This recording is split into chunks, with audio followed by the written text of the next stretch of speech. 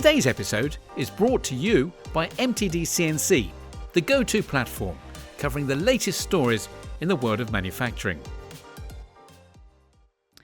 Welcome everybody to today's MTDCNC podcast.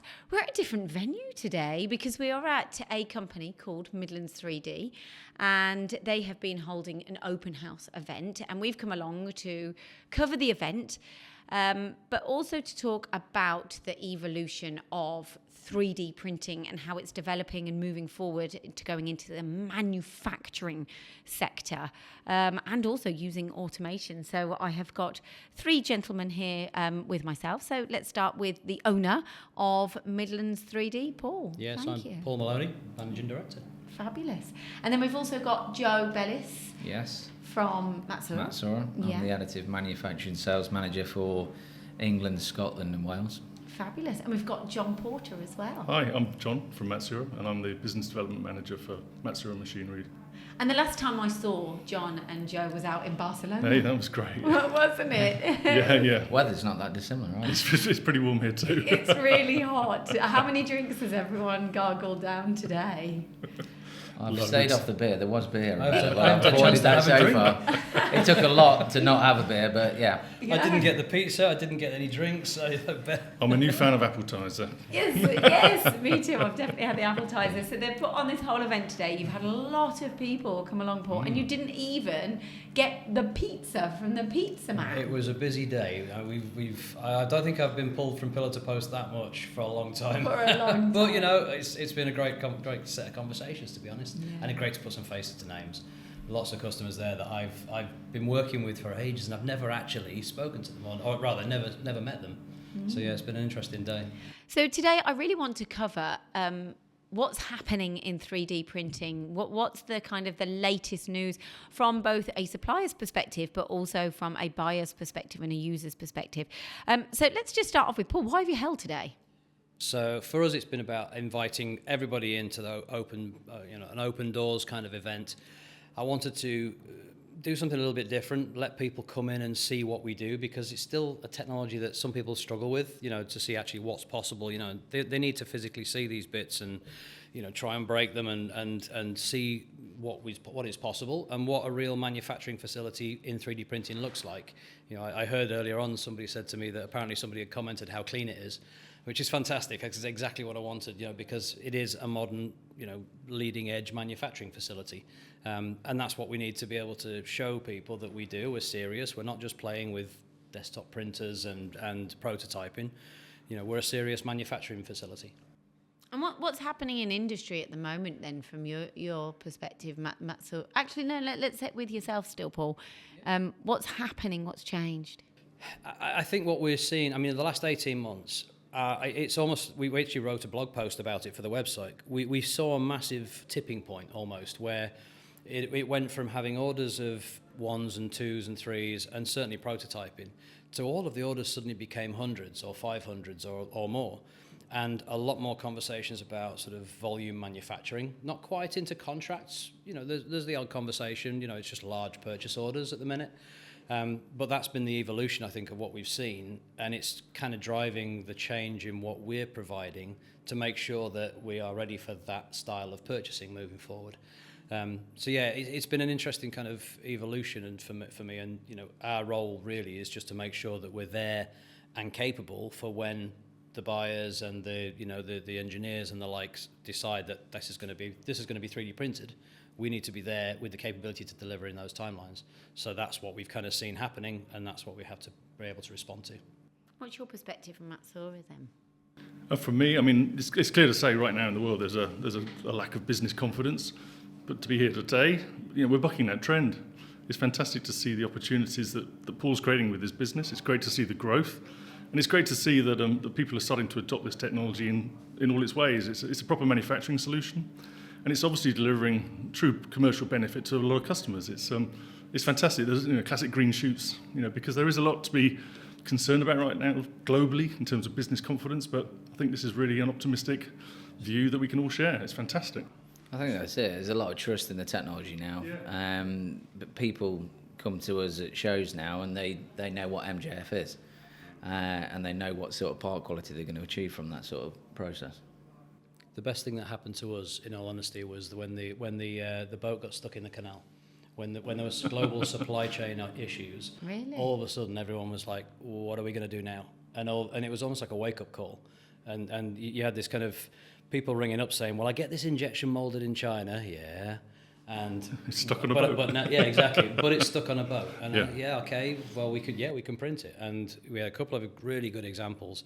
Sadly, ones that I don't think they want us to shout about. But ultimately, they were examples where, a large batch was committed to from China. Yeah, it's on the water and whatever. But it was now stuck, and it wasn't arriving when they expected it to arrive. Yeah. What can we do? And within 2 or 3 days, we're printing batches and delivering them to them. And all of a sudden, they're going, okay, I didn't realise this was possible. And that has kind of evolved. We started off with those kind of knee-jerk reactions. Now we're starting to get the more proactive conversations where the designers are actually thinking about that from the start. The real thing for us is when the supply chain heads and the purchasing heads start looking at this and going, actually, when I've got £20,000 worth of parts on order, £20,000 worth of parts in manufacturing, now I've got £20,000 worth of parts on the water, maybe £20,000 worth of parts in customs, and another 20,000 sat on the shelf before I even can start using them. Start looking at the unit cost of your parts when you add that lot together, and all of a sudden it's a different perspective, and the unit cost of the part isn't the point that you need to be making, and that really is our next step. So I think we've got engineers who get the technology. To your point, there's engineers who understand the technology, understand what's possible. Now we need the commercial side of an organisation to look at it and say, actually, yeah, if I think about all those things, then you get a commercial tick in the box. Then you get the marketing people to look at it and say, does that mean I can keep changing my design every 2 minutes? Yes, absolutely. And when those different pieces of the jigsaw come together, I think we'll get an even bigger explosion. What do you think's happening? What inquiries are you seeing that have changed in recent days then? I don't know, in recent days, and I think it's recent years, to be honest. I think it's definitely, like Paul says, over the last couple of years, there's definitely been a massive shift. And I think it's down to things where, people traditionally would have gone out and their focus was around injection molding, CNC machining. Now a lot more people are looking at additive as their first point of, or first choice of the way to manufacture. And I think ultimately a lot of companies wouldn't exist if there wasn't companies like Paul around. Because for people to get a product to market previously, if it was an injection molded component, typically they would have had to invest in somebody to design the tool, then manufacture the tool before they even managed to get the part. Or for some people, you're talking, that could be hundreds of thousands of pounds. With these guys, all you need is a part file, and ultimately then you can basically have a part printed, get product into the market, start selling your product. That's getting cash back into the business. And of course, if you get up to certain volumes where maybe you need to switch to injection molding, then you have that ability to do so. Yeah. But you've already started a business and you're already generating revenue. I mean, to be honest, we've got some great examples, some great use cases of customers who've started off with ones and twos, and then when they've realised what it takes to get a product into mass manufacture, they've panicked and gone, I didn't realise it would cost that much for the tooling. So we've sat down and literally gone through the maths and said, well, if you're going to commit to, this is why we have the manufacturing partner agreements, if you commit to an X amount of sales, which your business plan does anyway, then let's work out what a unit cost could be if you say that you give us all that work. It's a simple, manufacturing kind of commercial conversation at that point. And all of a sudden, the barriers are down and the doors are open. We've got the ability to then say, well, if you suddenly go viral on TikTok and all of a sudden you've got massive demand, I can respond to that. But you don't have to buy loads of stock originally. We've got a couple of... Taking the risk out of it. Yeah, massively. And the innovation as well. I think the innovation suffers ultimately, like Paul was saying again earlier, is ultimately somebody goes down a road, they get locked in with the design, they've got to get their money back out of maybe the tool that they've had manufactured. With this, you can literally tweak your design every print if you want to. So you're optimizing your product. So you're getting a better product each and every time you print. So at the event today, we've been interviewing a few of your customers. Mm-hmm. They all said good things. Good. Thank God for that. But there was one guy, and I just asked him, he does greenhouses and garden houses. And I said, what would you have done before all of this? And he said, honestly, kind of echoing what you've just said, Joe, we'd make a component, it would have to go into production, and then there was risk, like a risk involved. And then you might have a water leak, and then that would then cause a problem. He goes, now if we need something, we can just make it and then change it, tweak it. And if someone has a damaged product or anything like that, where they've damaged it or there's something happening, we'll have it back, we'll change it, we change it. And he says, it's just so different. We manufacture, we produce components, and our products so differently now, but in the most positive way. Yeah, and it's on demand, isn't it? That's it. Ultimately, you only print as much as you need to. You don't have to stockpile thousands of parts because you've got, somebody's got you over a barrel and said, right, well, you've got to commit to X amount of parts. They're sat on a shelf until you sell them. That's just dead money. So this is where actually there will be a shift, I think, another shift in the next probably 12, 18 months, something like that, I suspect, because our discount structure, for example, is based on volume. But actually, that's not really satisfying or making the most of what 3D printing can do, because at the moment, that's based on what people expect. Well, if I order 10, then I get how many? What about if I order 20 or 50? Actually, I don't really care how many they order. What I'd like is for them to come back to us every single time. So whilst I can give a discount for 20, from a manufacturing point of view, it's no less efficient for me to print 20 or more efficient, should I say, to print 20 than one. But at the same time, I could look at this and say, well, how about if I give you a discount on your one part, and actually I'd give you a discount across all of your requirement for the purposes of 12 months worth of requirement, and I'm not going to lock you into one part. I'll just give you the flexibility to order what you need when you need it. Right. I'll let you change the designs, but actually this is just a commercial agreement. It almost makes then the value of the additive manufacturing capability the reason for doing this. It's more about allowing the customer to change things on the fly but still get the value. Today, if they do try and do that, even with the discount structures that are in the market today, you've still got to order 2 before you start to get a discount. What's the point? That's not really what additive manufacturing is all about. It should be about, and I'll hold a hand up, that we're still using volume based discounting at the moment for non-manufacturing partner agreement customers. If you're on a manufacturing partner agreement, then you have complete flexibility of what you're after. Of the complete flexibility of the parts that you're ordering, but you're still getting a discount because you're actually what we're looking for you to do is just work with us. And the more you work with us, the more we understand your products, the more we understand your requirements, the more we can advise, the more, it becomes a partnership, genuine partnership, and we can either be heavily involved or not so heavily involved, but at the end of the day, you want from a print manufacturing partner the ability to get a discount without actually being tied to ordering more than you need, because that's ridiculous. That flies in the face of what additive manufacturing is all about. It's changed so much. Your facility, you've built a fantastic facility in Leicester. Am I right? Yeah, in Colville, that's in right, Colville. yeah. You did that yourselves because you wanted to show how serious you were about additive manufacturing. Is it warm in this room? It's getting warm. We can't take too much claim to that, to be fair. We didn't do much of it ourselves. But as a business at Matsuura, you did do this because you wanted to tell industry you're in this. Well, we needed to be process capable. Yeah, part of the engagement with any customer, especially customers like Paul, is for us to be able to provide evidence that we understand the technology that we're selling. Joe and I work in a business where essentially we're solving problems. We're providing a solution. So it's about identifying the right technology within our portfolio, talking to a customer and understanding the problems they're facing and providing them with the best solution. If we have the expertise, we know the good, the bad and the ugly, that's actually very, very constructive in terms of the conversations you can have. And I think that provides the confidence to the customers that we work with that we actually understand the processes and the products that we're selling. I think that's fundamental, because what it also allows us to do with the facility we have is to provide ongoing support as well. So it's a long-term relationship, and it allows us to provide support to companies like Paul's, where, for example, if they've run out of capacity or if they have a small maintenance or service issue, we can step in and we can provide our resources to fulfill their orders. So it's all part of the service and the support that we provide at Matsuura. I think it's first class, and it echoes what we do in our principal business, which is CNC machine tools. But the ethos that we have in our business here in the UK runs all the way through it, and I think it's something that we're very, very proud of, and I think a lot of people really admire. Yeah.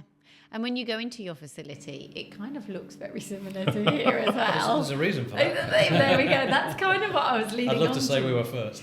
Well, but how do you even begin? Like, where does it start? Because you, as you said, your story kind of, and we'll discuss, I know you mentioned there's a pivotal moment in your business that really, really ramped everything up for you.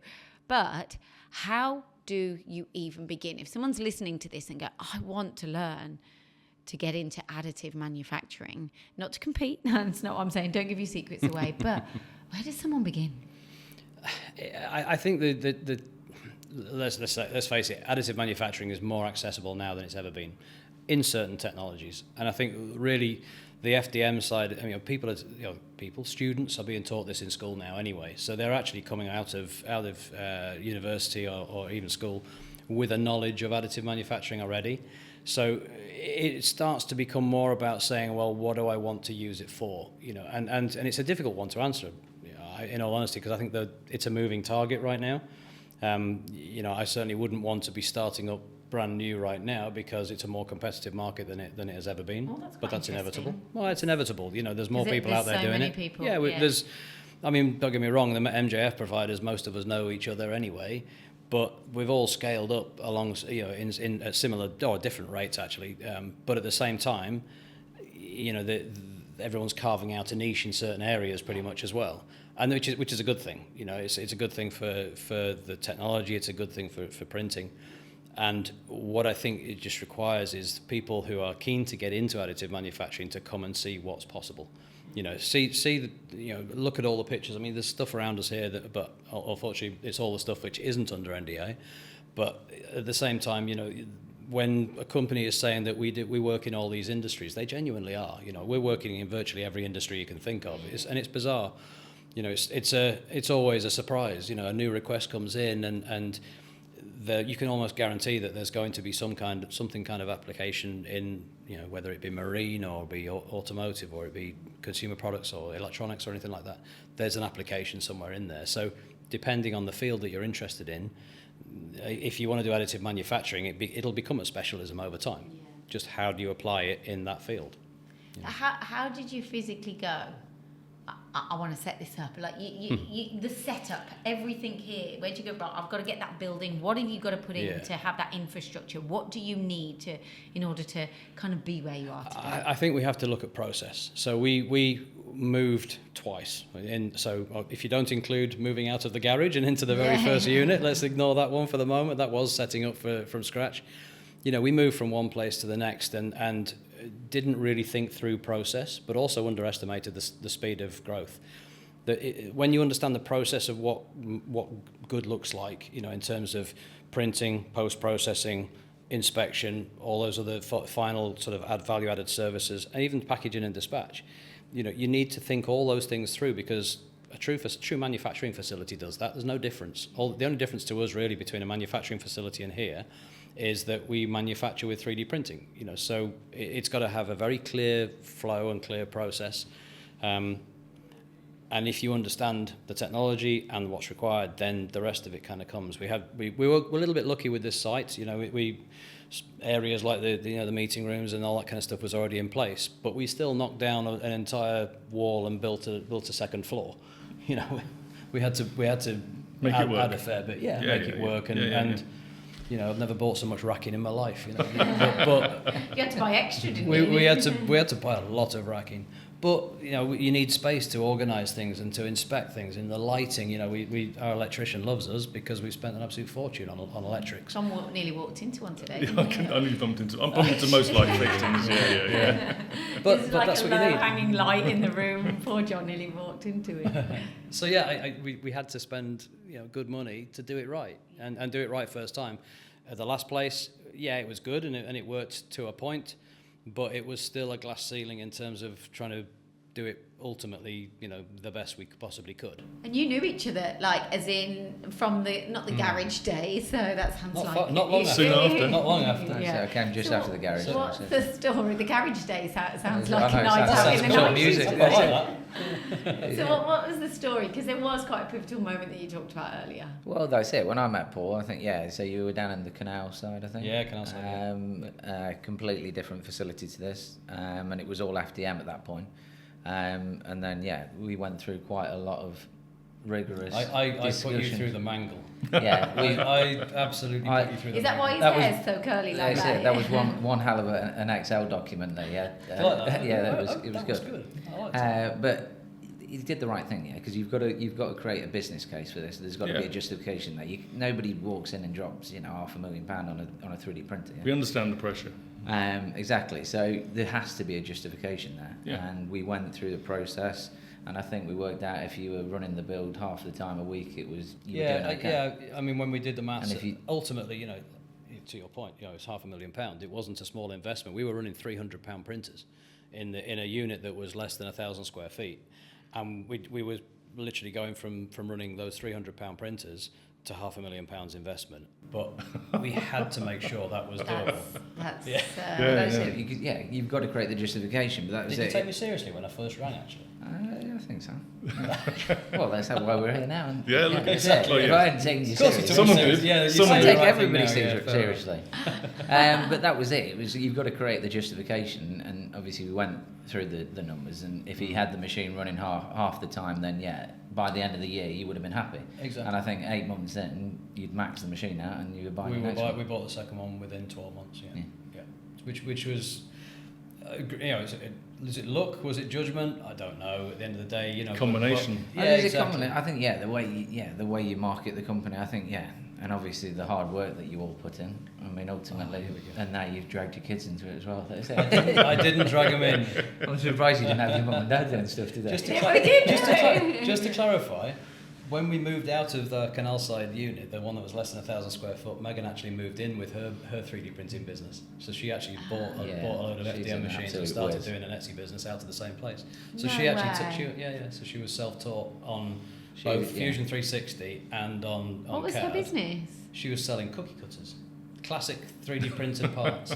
Unbelievable. UKcookiecutters.com. I shouldn't say that probably. But No, you can. No, you she can, loves of it. course. I mean, but So, she she's built- buying the next MDF machine. Yeah. You wish. You can rent- you can Oh, that's rent right. the Dad's house. buying it. Dad's buying it. That's right. Dad's yeah, buying yeah. it. No, it just, Yeah. no, but to be honest, that was, she jumped into there, and then we came out, and she joined into what we do, and she now runs pretty much our FDM side, and she does a lot of CAD, she does a lot of customer service, real sort of. It is a real What family. all I'm trying to get across is I didn't drag her in, all right? She loves doing it. But she's very calm and collected. She doesn't seem to flap about anything. It's just like crack on, You haven't seen her on get a the good job day, done. but Okay, no, she's right. great. Well, she seems pretty calm today. She's put a lot of work into Yeah, today. that's it. And it shows. The whole team. To be fair, the Yeah. whole team have absolutely worked their backsides off to get this ready. We weren't ready for this. I'm not lying when I say the graphics went up this week on the building. The signage went on the building at the start. And when we first set this date, it was back in January when we just got the keys, and we said, we'll add another 6 weeks to how long we think it'll take. And Good idea. It's a blooming Yeah. good job we did. But I think we've pretty much got to where we needed to Hurries be. you along though, doesn't it, when you've got a date? When you've got a Yeah. date. Didn't do that to the builder though. No, maybe not. That but- needed a few prods here and there. No, I was surprised. But it's here. It's I know on our brief it was when it's shiny and new, this place. So make sure you film everything. So We had a student come in from work experience, and he came and did a week with us. And at the end of the week, there's obviously a limit to what we can allow him to do. And he got to the end of the week, and I said, well, how do you think it went? And he went, I've done some pretty intense vacuum cleaning. So I was like, okay, he did do His lots mum of absolutely for the loves him record, now. he did lots more, but that was the thing that he called out. But You do it's have to do a lot of important. vacuum cleaning, to be fair. We do a lot of vacuum cleaning, but you don't. If you're going to reach a standard, all the best manufacturing facilities have a standard. And that's then it. you walk in, and to those points that we've had today from a couple of people, isn't it clean? Yeah. But can I just go back on that point as well? Because we've just been speaking to one of your lads, and you've got an involvement there, haven't you, with JCP? Yes. And providing support to the to the feedstock, to the industry. Yeah. Great lad. Absolutely. He's really impressed with him. Two of them actually. So Luigi, I nearly called him Gino then, because we all call him Gino, but his name's Luigi. He did a full year with us doing a day a week as part of his course.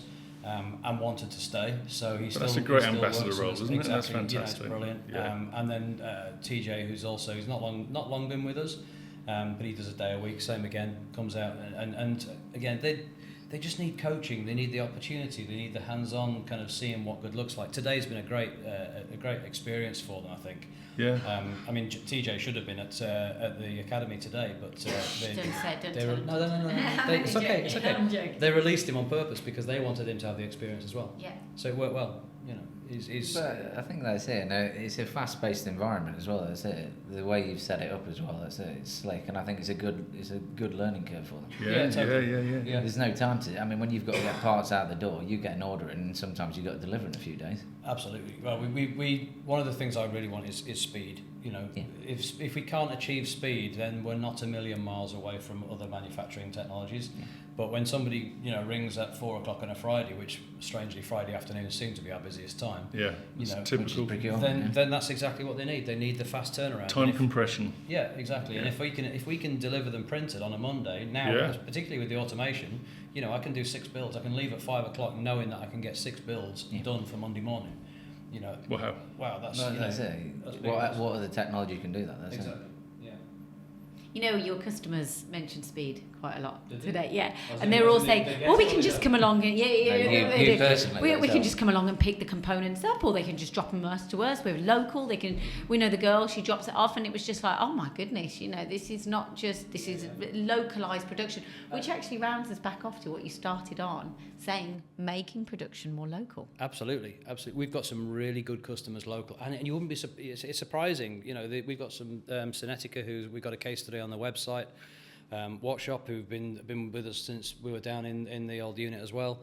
They're all based in Stone, and it's only a town. It's only a relatively small place, but they're all based in town, and there've been great sort of use cases and examples of growing to decent volumes. But equally, we're supplying all over the country as well, and beyond. So it's accessible, yes. Capable, absolutely. Fast. And fast as well, yeah. Any other messages that you kind of want to tell people in this sector? Where is it going? Any advice that you'd give to someone? I think the good news for me is this MJF technology is becoming part of the manufacturing vocabulary, shall we say. It's an accepted manufacturing process that really adds true value to the development of product, but to to other people's businesses. It's never meant to be working in isolation, but people are now starting to integrate this capable technology into their everyday development of new product. And that's exactly what it's always set out to achieve as a core technology. And it feels great that we're here. And you can see the testament here because the volume of the parts that are going through here suggests that there's a lot of adoption. And that's what we've always wanted. It's just becoming a natural way to add to the development of the processes and the products that you want to make. Yeah. And it's just perfect. It needs to be normalised. It's delivering on its promise. That's it. We keep talking about it as if it's new, but ultimately it's been the next best thing, the next big thing for 10 years, isn't it? Yeah. Well, let's go. People have been doing it for a long time now. Yeah. You look at some of the vehicles that you've got components on show. They've been in the market for a long time.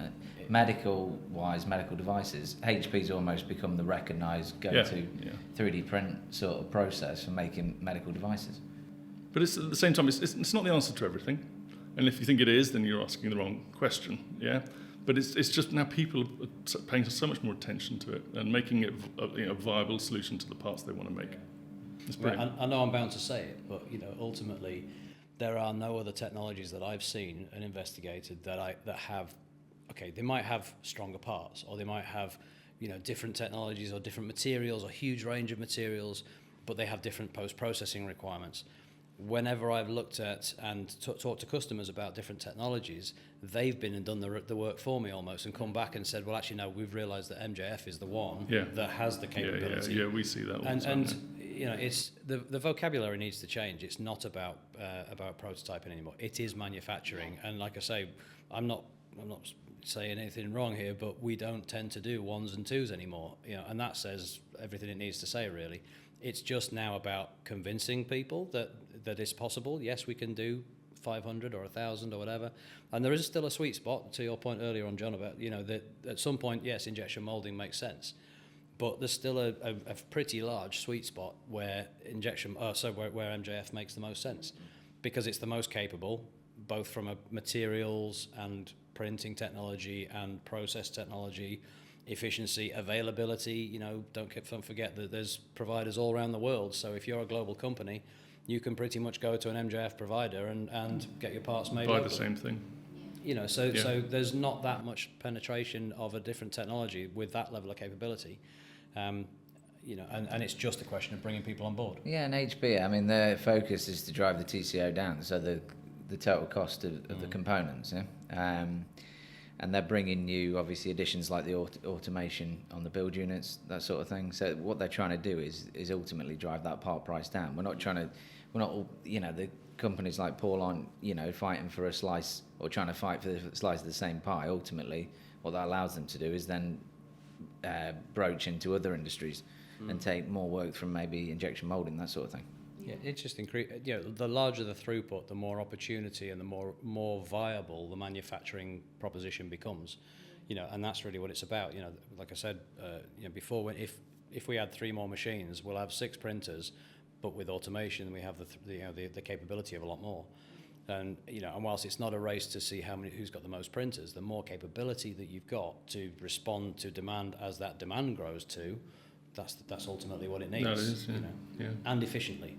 Don't get me wrong. There's ways to deliver variable quality parts. Let's say, let's do it right, but do it right every time. And that's important to us as well. Yes, we could hammer the machines and try and get even more out of them, but the part quality will suffer. And that's not what we're about. It's about repeatable, good quality parts as well. And you get that by putting the investment into the automation or into the process or into the the procedures that we have, the infrastructure. All that's what allows you to do it. If all you're going to do is buy a machine and just hammer it and deliver rubbish parts, that's never going to be a long-term strategy. So there's ways to make sure that we're fit for the future, I think is the phrase. You just said about fighting for a slice of the pie. I think he's going to be fighting for a slice of the pizza because you are yet to eat. Starving. I bet you are. I don't think he's ever going to get a slice of that pizza. I think the guy's gone. The guy's gone. He's gone. He's gone. He's paid for it and he's As long as gone. everybody enjoys it. It's funny, he went round counting, pointing at everybody that had a piece, but he obviously delicious. forgot about it. Never mind. Yeah, it was really delicious, wasn't it, John? Yeah. I'm going to make everybody have pizza tonight. One thing I will remember as well is there were people standing eating the pizza holding a bag of parts. So they'd come for the day and they were leaving with one of their orders. We had 3 or 4 customers collecting parts today. Yeah, That's just exactly. brilliant. Yes, we did. they were, I loved weren't it. they? I mean, that's Yeah, just yeah. that's That's how you how entice your them, relationship works with You're your not having customers. your It's parts great. until If you want the into parts day that back. fast, you'll have to come and Come get and pick them. 'em By up. the way, we're having an open day. It works. No. There's pizza, there's wine, there's beer, there's Oh, and non-alcoholic. here's your bits. Yeah. Exactly. No, it's worked really well. I've been genuinely really It's pleased been a with how it's superb gone. day. You Great should be. day. You should be. And I don't know you very well, Paul, but what I will say from Joe and what everyone said is your hard work with you and your family has massively paid off. You've just sat there and told us a story. You've gone from, buying something that was not very expensive to something that, has a weight of cost behind it. And that's a risky thing to do as a family. And it's huge, but you've done it and you're reaping the rewards of it and you should be very proud of that. Now And we then can have a weekends back. you can have your week. That's what you're doing it for, isn't it? You get Absolutely. your weekends back. Absolutely. So to you, Debs, and your whole family, I think you should be a big pat on the back. So Thank you. it was a great day, wasn't it, today? Agreed. Very Excellent. good. Yeah, thanks. Thank you. Thank you. And thank you for going on our podcast, all of you. So she'll go outside now because it's really hot It in is really here. warm here, yeah. So thank you everyone for listening. Thank you. Enjoy this podcast and the next one from MTDCNC. Thank you for listening. If you want to find out more about what's happening in the world of manufacturing and engineering, visit mtdcnc.com.